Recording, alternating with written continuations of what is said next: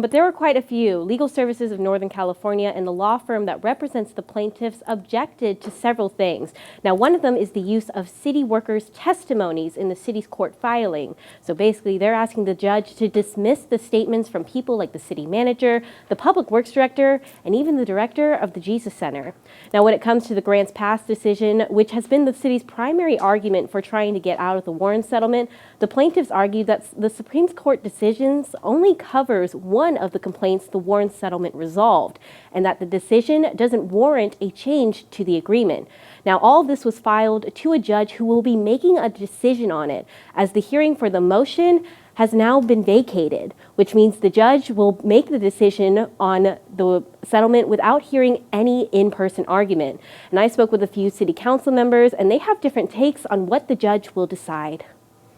So there isn't going to be a hearing. It was vacated, so it just means the judge is going to accept these arguments basically written, and then we'll decide from there. And we feel pretty good about the case because obviously the underlying case law that supports the settlement agreement has been overturned. So we're looking forward to moving through this. As I think is likely, they might say that the city needs to sit down with legal services and actually try to work something out with them, because they had an offer that would have allowed us 2 months ago now to clear out every homeless encampment in the city with just a 3-day notice.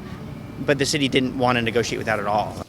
Now, originally, the hearing was supposed to be October 15th, and Mayor Andrew Coolidge and Councilmember Addison Winslow told me that the judge's decision on the matter should be made around or on that date originally, the original date of the hearing, but the city does have to respond to the plaintiff's argument in about 10 days. So the city, the objections were made yesterday, Margot, so how long does the city have to respond, and when do you think they will respond?